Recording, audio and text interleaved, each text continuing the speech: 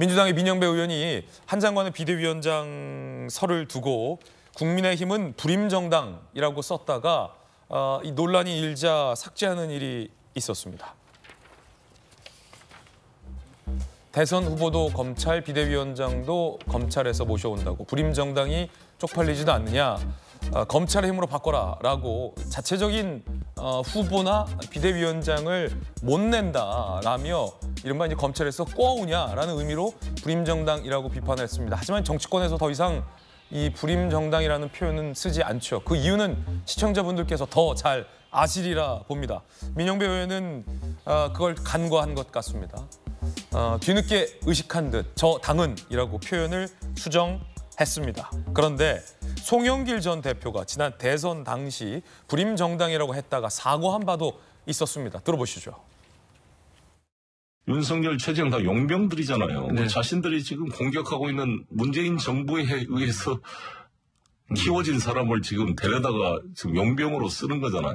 그러니까 저는 최재형, 윤석열을 데려다 쓴 것 자체가 이미 국민의힘이 스스로 불임정당임을 자백한 꼴이 되어 있는 상황입니다.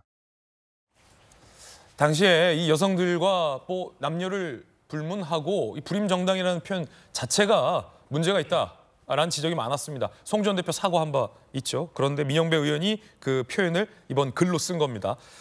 최현철 상근 부대변인의 비판 들어보시죠.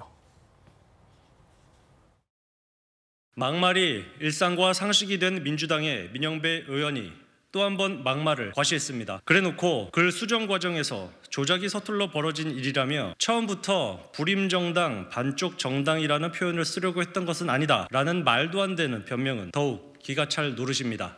임신의 어려움을 겪는 이를 비유로 들었어야 하는 것입니까? 여성을 향한 언어 폭력이자 비하입니다. 한민수 대변인님, 정치부장도 하셨잖아요. 암컷 발언, 최강욱 전 의원의 그때도 민영배 의원이 옆에서 별다른 제재 없이 그냥 같이 웃고 해서 논란이 됐었고 사과도 굉장히 좀 뒤늦게 미적지근하게 해서 논란이 됐는데 암컷 표현 논란에 이어서 이번엔 또 불임정당 논란까지 민영배 의원이 일으켰습니다. 근데 해명이 좀 석연치 않다 이런 비판 나와요?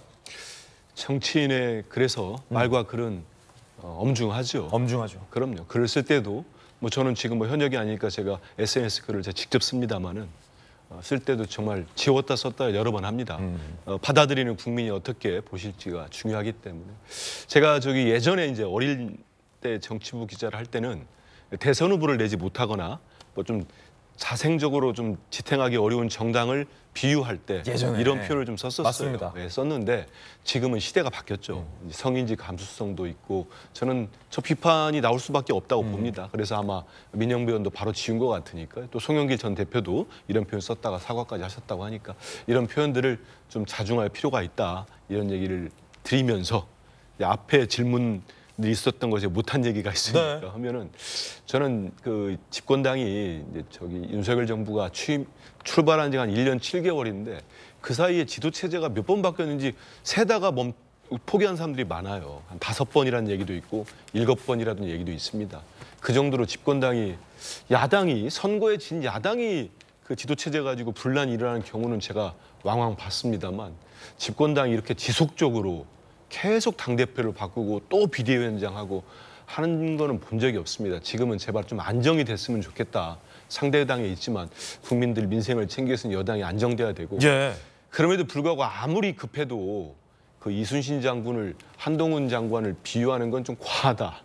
이러니까 훈비어천가라는 얘기 나온다는 생각이 듭니다. 훈비어천가라는 말이 나옵니까? 나오죠. 그래서 일각에서 이순신 장군 비유도 하지만 그러다 보니 원균에게 비유하는 얘기도 있지 않습니까?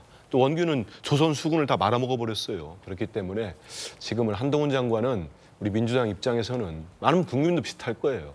지금 대통령의 지지율이 높다면은 대통령과 같이 이렇게 보폭을 맞추면 많은 지지를 받을 수도 있을 겁니다.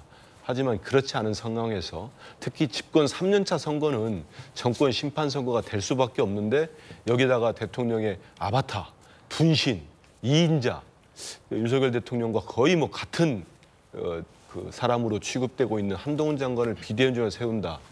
저는 뭐 정말 민주당을 떠나서도 이거 선뜻 잘 이해는 안 됩니다.